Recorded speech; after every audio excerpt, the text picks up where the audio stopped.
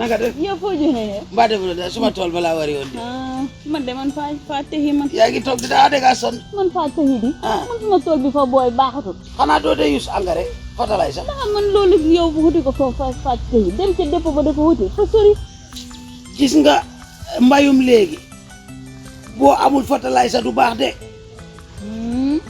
engrais kenn jëndeetu ko ci def boo ko jëlee ci dépôt foo koy amee kay yaa ngi doog a ñëw xam nga Reliance banque bi ñuy wax Reliance faa koy dégg waaw kay gis nga boo demee Reliance ci boppam foofu ngay fayee saako yi nga bëgg nu mu toll nga fay ba pare ñu jox la sa receipt gis nga receipt boobu ñu lay jox moom ngay yóbbu nag ca dépôt ba kon fu ne ko dem ci dépôt ba te yóbbu la kay doo ko am déedéet fu ne su ma jógoon su ma xaalis ba dem ci dépôt ba dama am déedéet doo am foog nga dem Reliance fay ba pare waaw soo ko dem nag ak sa receipt ca dépôt ba waa Gambia Granite Corporation lii la ñu wax yow fi ne fa nga jëm ni la waaw fa laay dem ni xaaral kon kay ni jàmm jox la nga jëndaaleel ma ay yow ma de fi di saako doon yàgg te dama ko xam maa la ko wax de boo xàggee jëndaaleel ma mbokk yi nii lañ ko bëggee waa Gambia Granite Corporation ñu ne saako engrais 700 dalasi dong lay jar muy juróom-ñaar téeméeri dalasi rek yomb na lool daw leen Reliance bu leen gën a jege si PMS tam dañuy jaay comme ni ko Reliance di jaayee boo fa demee dinañ la jaay te engrais bii pour réew mi kese la bëgguñ mu génn réew mi.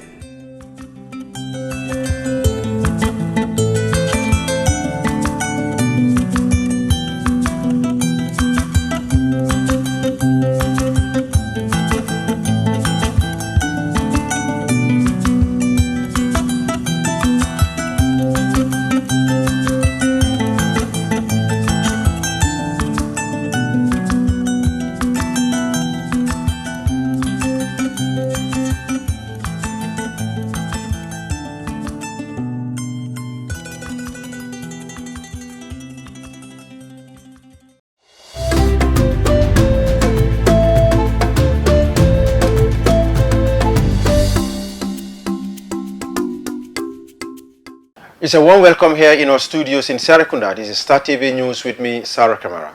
In the headlines tonight, Banjul City Council launches food distribution relief packages. Fishermen at Banjul Landside Beach complains of mismanagement. GAF donates blood to Kanifing General Hospital. Imam Babali responds to critics labeling it an act of jealousy. On the international scene, UN expresses horror at reported mass grave in Libya. Protests rock Lebanon as currency collapses. Indonesian patient says coronavirus stigma difficult to overcome. Those were the headlines, and now the news in details.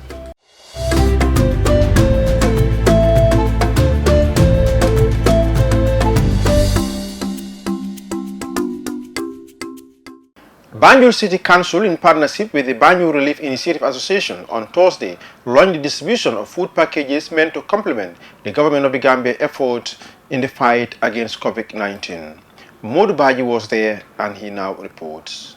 The Banjul Relief Initiative is an association formed by oriented natives of Banjul with the quest to provide foodstuffs to the less privileged people of Banjul in order to ensure that they have something to put on their tables during the pandemic, as it has halted most activities which include jobs. However, this package relief initiative materializes due to the efforts of individuals and private sector organizations. In her keynote address, the Lord Mayoress of Banjul, Rahim Malik Low, indicated that this distribution is meant to complement the central government's effort in mitigating the spread of the COVID-19.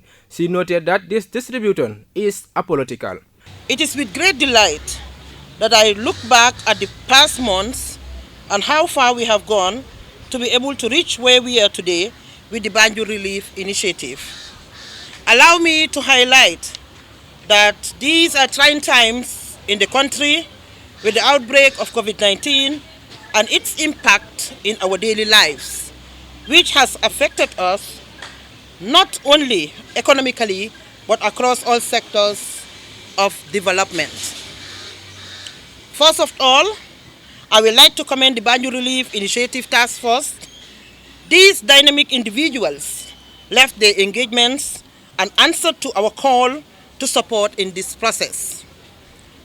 Through their involvement, we have been able to lobby support from companies, institutions, philanthropies to make this a reality.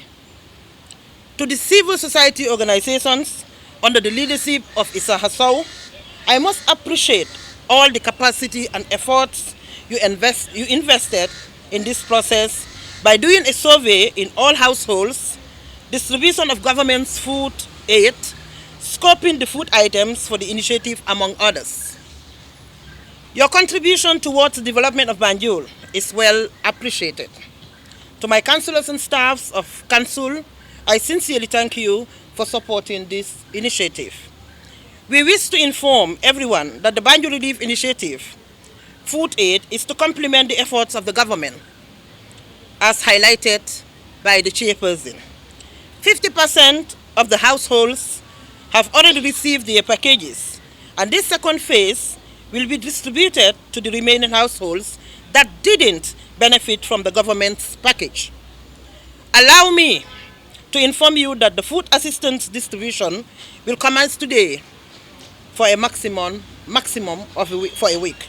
Mayor Lo thanked those who contributed in making the actualization of this initiative a successful one, and she further calls on people to join the fight against the global pandemic by injecting the little they have in supporting the vulnerable communities. The chairman of the Food Aid Relief Initiative, Madam Nafi Barry, highlighted how the initiative was formed and the objective of their association.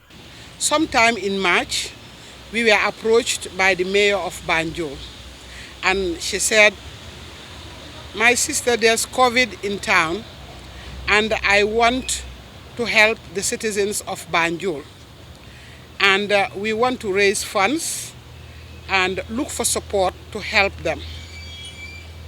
I responded to that call positively and said, well, we are all Banjulians. If there's anything to do for Banjul, I will gladly oblige.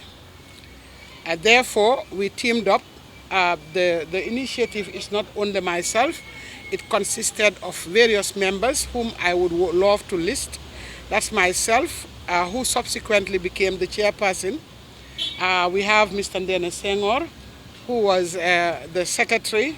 We had Mrs. Maimuna Williams, a member, Mr. Bunjai, a member, Ms. Aissatou Njai, a councillor and a member. We have Mr. Alaji Conte, a private gentleman, who's also a member, Mr. Nyang Njai. And Ms. Fatou Senghor, a businesswoman, also a member. I just want to thank all... And Willie Abraham, indeed a very active member for that matter, and Mr. Jibi Ba. We were all members of this committee, and we set forth at the end of March to help the mayor to fulfill her aspirations in bringing food to the citizens of Banjul. But one thing we said at the start was that this is not a political venture. This is to help citizens of Banjul irrespective of where they belong. Therefore, at that stage, we had asked the mayor to leave us to go about what she has tasked us to do, and that was what we did diligently. We tried, contacted various people in our own ways, and finally, we had donations from everybody who wanted to help Banjul. Madam Barry revealed that they were waiting for the central government to complete its distributions. However, 250 bags of 25 kilos of rice, cooking oil are to be distributed among 1,000 households within Banjul through councillors of various wards. Reporting for Star TV, I am Modu Elbaj. Fishermen at the Banjul landside beach complain of mismanagement of funds and improper mismanagement at the landing site. This includes the alleged embezzlement of funds by the president of their corporation. Jacqueline Colley files in this report. Sehtijan Cham, a member of Lineside Beach, Banjul Operations, allegedly said that the president of their corporation, Mr. Babu Cham, misuses their funds and vows not to step down as president. He added that what they need right now is a president who will empower the youths in the fishing side, but the current president is the complete opposite of what they need. Cham stressed that when donations of funds or other valid items are made, it is always misused and most of them do not benefit from it. He furthered that they lack sanitary materials and toilets because nothing of that nature is provided, and it is the responsibility of the president and his executive to make sure that their needs are met. Sambu Sise and Usman Dur, both fishermen at the site, complained of the constitution the executive made to govern the affairs of the fishing side. They both stressed that none of them have seen or heard about the constitution and the rights they are privileged to have and enjoy in the fishing side. They said the president had to be pressured to the extent of taking him to the police station in order for him to give out a copy of the constitution, which they said was not in their favor as part of the landside beach. The president, Babu Cham, was contacted and he dismissed all allegations and vowed not to talk about the issue any further. Jacqueline Coley, reporting for Star TV News.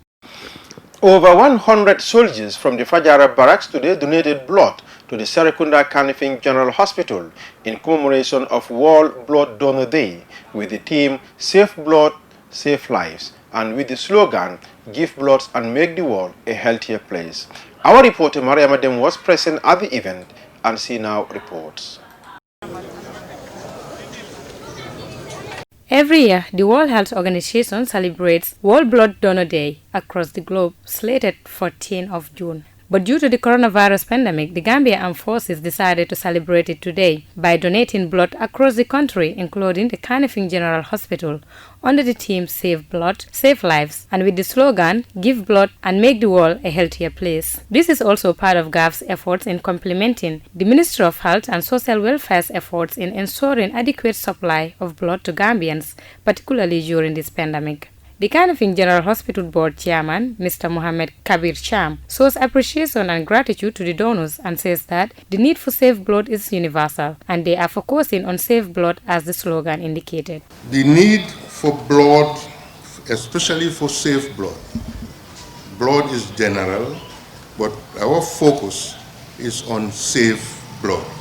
Hence the theme, Safe Blood Saves Lives. The need for safe blood is universal, meaning it's ubiquitous, it's everywhere, at all global, national. And safe blood is also critical both for patient management, client management, and also for certain intervention activities within the hospital setting.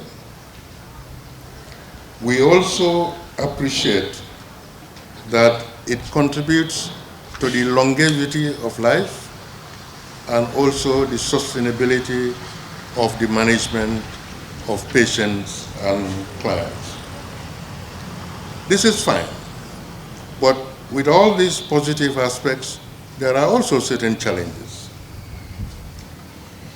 What are the challenges? Basically, is the access to safe blood. Access to blood may not be an issue, but access to safe blood is a challenge.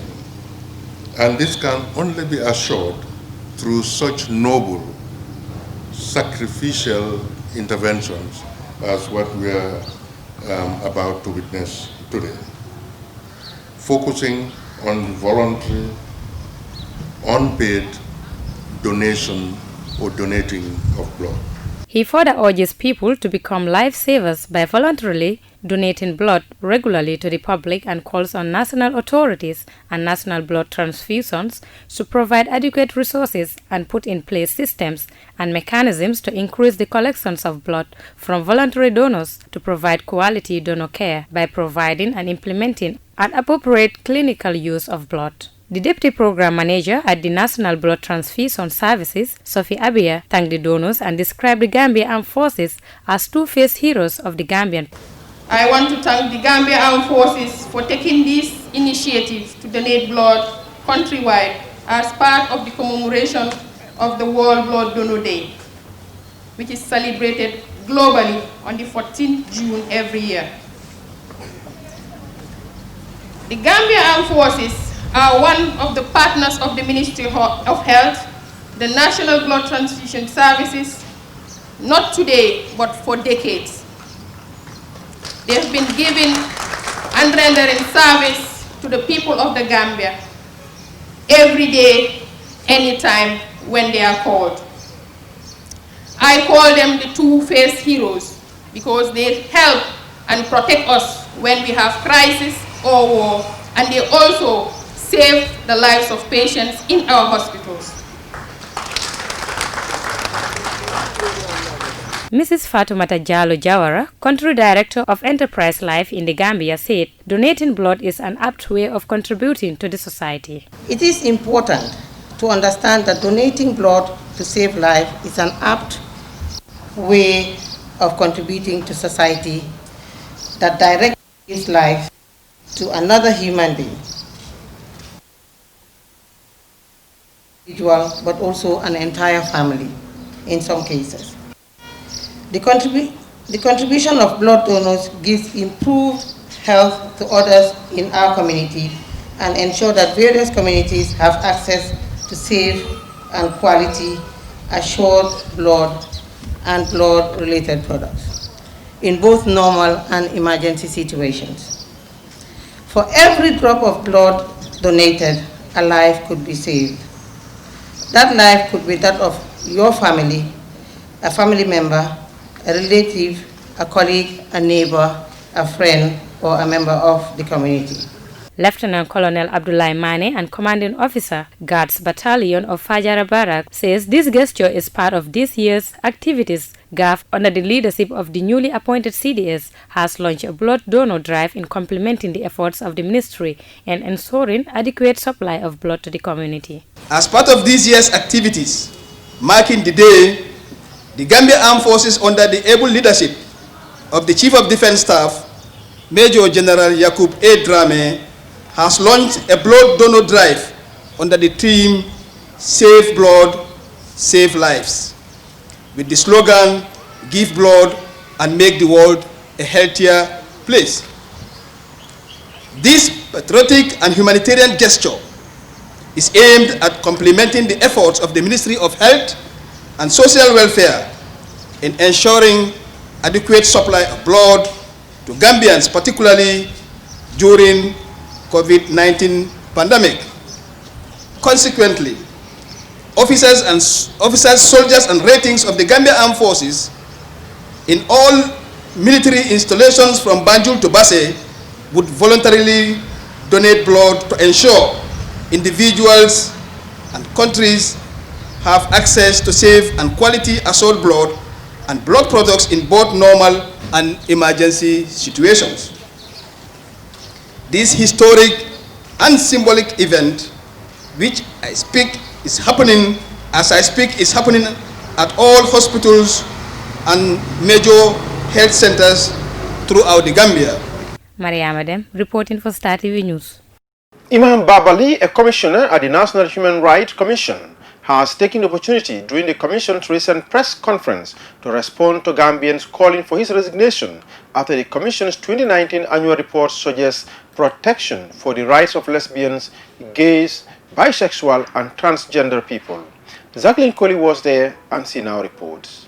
The National Human Rights Commission 2019 annual report, which recommends the Gambia's government protection of gay rights, was greeted with stiff condemnation, with some commenting that the belief strictly contradicts Imam Lee's religious principles. Baba was fighting for those people till Baba became an exile, an asylee in a foreign country for the reason of what he believed in and what he was fighting for. Today, Baba is asked to resign from National Human Rights Commission because Baba became an imam and a commissioner. What a jealousy is that? What selfishness is that? What ignorance is that? And you have Muhammad Saudi in the National Human Rights Commission in Saudi Arabia as a Muslim who pray far more than what I pray, who believe in Muhammad far more than me. Nobody asked him to resign. You have many Muslims all over the world as human rights activists. But unfortunately, it came from somebody who are dearly respect, who are dearly believe is educated, who are dearly believe is well connected internationally, who knows what is happening all over the world. Asking me to because I'm a Muslim. Forgetting that all organizations need somebody who represents the word of the Almighty God in their organizations to enlighten when it is needed, but to preach when preaching is needed. Babali said that his role in the commission as a preacher is a crucial one, as he added, every organization needs someone who will preach, mediate and reconcile mankind, brothers and families. Therefore, his selection to the commission followed a parliamentary scrutiny and was deemed qualified for the job. Speaking further on the matter, the Imam said he will neither fight nor exchange any words with that person who is calling for his resignation from this important commission. According to Babali, it is through this commission that he feels he can help his country and protect human rights. To that end, the Imam said, for 2 weeks, he has been refusing interviews with journalists because he does not want to batter word with someone who is seeking relevance by attacking household names like himself. He would rather choose maturity. Jacqueline Coley reporting for Star TV News.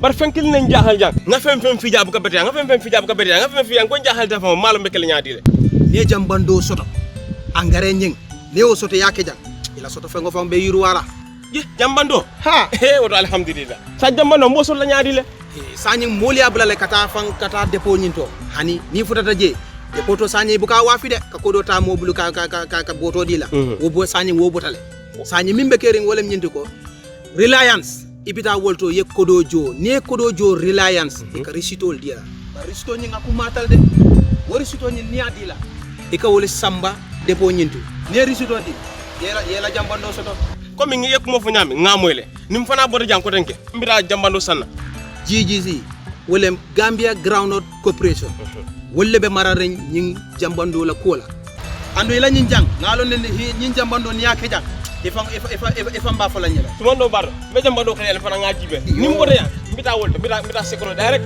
nim tara je rek be jambando sanna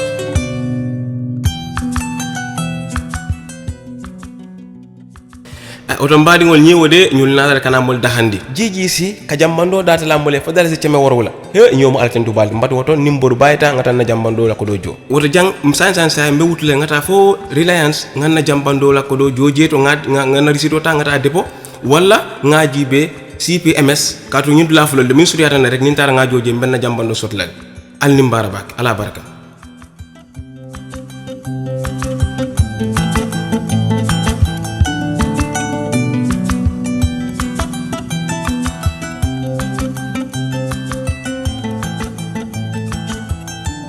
Hey, alhamdulillah ñomu ala tan dubal moro ñena met wa be no sanal. And now news beyond our borders. The United Nations says it is horrified by the discovery of mass grave in the Libyan city of Tahuna and other areas recently retaken from forces loyal to renegade military commander Khalifa Haftar. Libya's government of national accord says the grave contained the remains of government soldiers who had been taken prisoners. Al Jazeera's Mahmoud Abdel Wahid reports from Tahuna.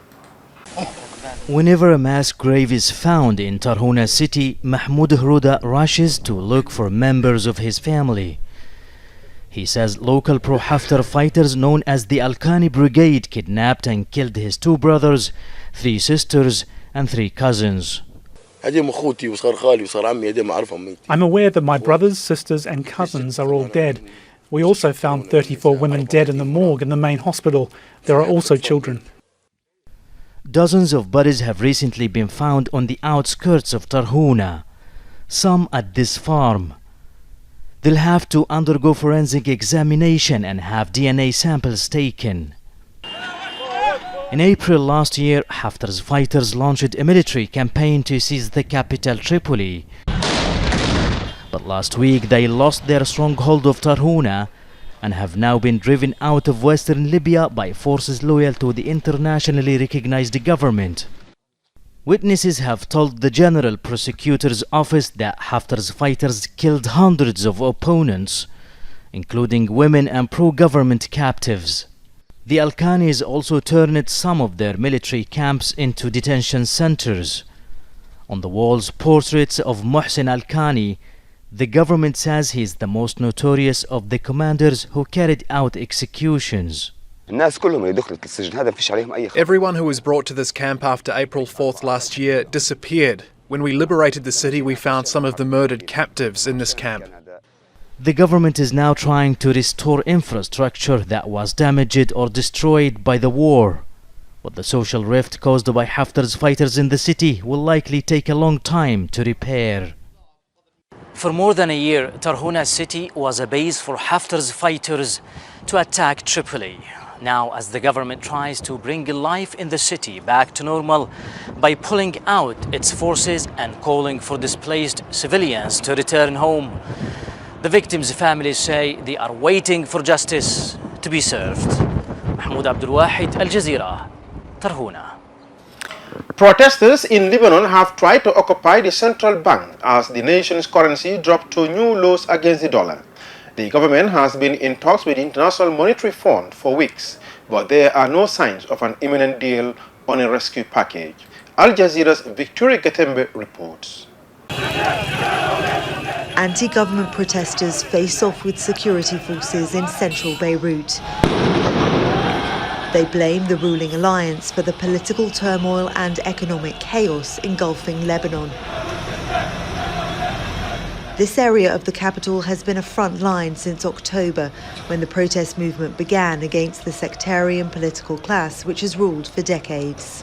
The revolutionaries will topple the government, and a new technocrat government will emerge, which will save the country from the existing crisis. The current government and political parties are not able to, and they don't want to save the country from the ongoing crisis. They want to steal it. They don't care about the country. Lebanon is facing its worst economic crisis in decades. Foreign currency has stopped flowing in and its reserves are dwindling. The Lebanese lira has lost 70% of its value since October and inflation is soaring. The World Food Programme says prices of basic goods have increased by at least 40%. I came down here to protest, to try to build a country, and this is the first time since the protest started on October 17th I get that feeling that we, the people, we are all in the same boat. The government is seeking billions of dollars, but so far talks with the International Monetary Fund have made little progress. Prime Minister Hassan Diab has promised positive change, but he's being criticised for a lack of action. Victoria Gatenby, Al Jazeera. As the world tries to understand more about COVID-19, some patients who have recovered from it says more attention should be given to mental health. One patient shared his 3-month recovery journey with Al Jazeera and described how overcoming the stigma of being a former patient has been difficult. Al Jazeera Jessica Washington has the rest of the story from Shibon, Indonesia. As he unpacked his suitcase, Ricky Permana had no idea how long he would stay in this isolation ward. Apart from regular health checkups, options to pass time were limited. The 29-year-old started speaking with Al Jazeera in March, agreeing to document his treatment and recovery from COVID-19. We agreed to meet Ricky when he left hospital to show his complete journey as a patient, but it took nearly 3 months and 14 swab tests for the virus to leave his system. At that time, I am the longest patient to be treated for the COVID-19 in Cirebon. I'm also the very first patient, so the attention is really focused on me. After months of talking, we were finally able to meet Ricky in person. This park is one of Cirebon's historic sites in Indonesia's West Java province, and it's places like this that Ricky longed for when he was in hospital. I love to explore some places outside, go outside, and then go to nature. This is something I miss about. But going back to normal life after living with the virus wasn't easy.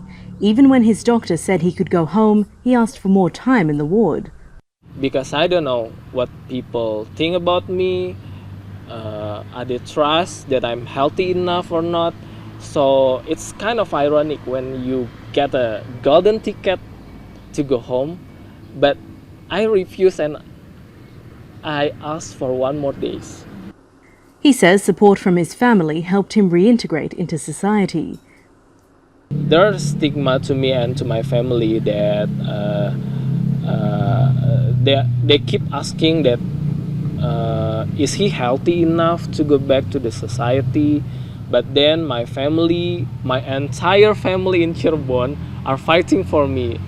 He says he's speaking out about his experience to help millions like him who are fearful of being stigmatized.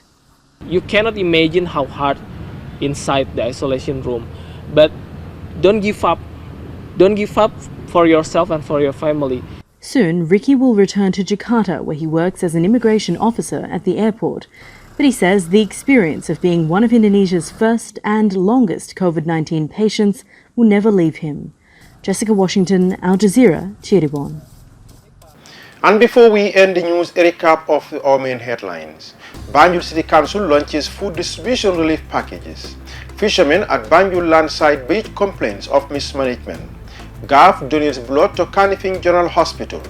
Imam Babali responds to critics labeling it an act of jealousy. On the international scene, UN expresses horror at reported mass grave in Libya. Protests rock Lebanon as currency collapses. Indonesian patient says coronavirus stigma difficult to overcome.